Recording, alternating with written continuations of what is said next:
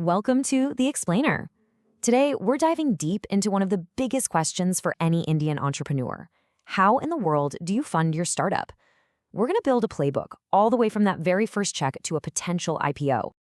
Okay, so you've got the big idea, you're fired up, you're ready to build something incredible. But before you can change the world, you really need to understand the world you're stepping into. The Indian startup ecosystem, it's an absolute force of nature, and knowing the terrain, well, that's your first big advantage.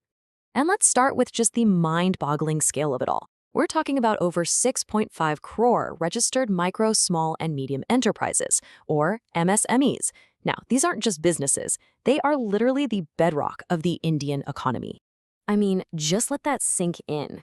The MSME sector, which is where so many amazing startups get their start, contributes roughly a third of India's entire GDP. This isn't some small niche. It's a genuine powerhouse of innovation and job creation. So we know the opportunity is massive, but how do you actually get going? Let's get right into the first major hurdle every single founder faces: raising money when your company is pretty much just a brilliant idea and a slide deck. It's the ultimate chicken and egg problem, isn't it? You got this killer team, a game-changing idea, but you have zero revenue. So how on earth do you put a price on that? And more importantly, how do you convince an investor to write you that very first check? This is where a really clever tool called a convertible note comes into play. You can think of it as a way to just kick the can down the road on valuation.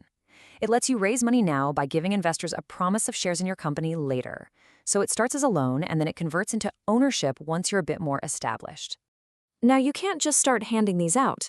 There are a couple of really key things to remember. First, your startup has to be officially recognized by the government's startup department, the DPIIT. And second, this isn't for pocket change. The investment has to be at least 25 lakh rupees from each investor. But hold on. What if you could get funding without giving up even a single percentage of your company? Government grants sound like the perfect solution, especially for early-stage founders. But let's dig into the reality of what people call free money. You know, the promise is incredibly tempting. These grants offer something called non-dilutive capital. And that's pretty much the holy grail for founders. It's money that doesn't reduce your ownership stake in your own company. Sounds perfect, right? But if you spend any time on founder forums or Reddit, you see this question pop up over and over again. Do these grants even work? That skepticism is real, and it's born from a lot of frustrating experiences. And this is really where the disconnect happens. The promise is this clear path to support and capital, but the reality for so many founders is a tangled mess of bureaucracy, endless paperwork, and often just complete silence. This founder's story really just hits the nail on the head. Free money isn't free at all. The real cost is your time, which is your most precious resource as a founder. And way too often, all that time and effort just vanishes with no guarantee, no feedback, just as they say, a black hole. So if the domestic grant system can be a bit of a maze, what's the alternative? Well, a growing number of really ambitious founders are looking beyond India's borders. They're following a playbook that's been written by some of the country's biggest startup success stories.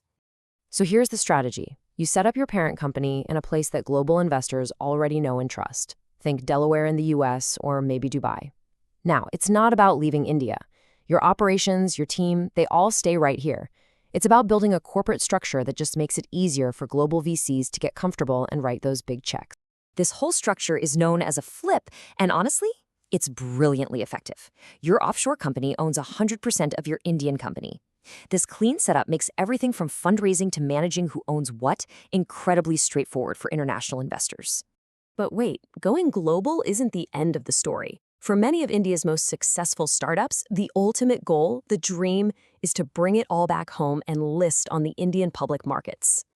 Once a startup gets big enough for an IPO, they pull off what's called a reverse flip.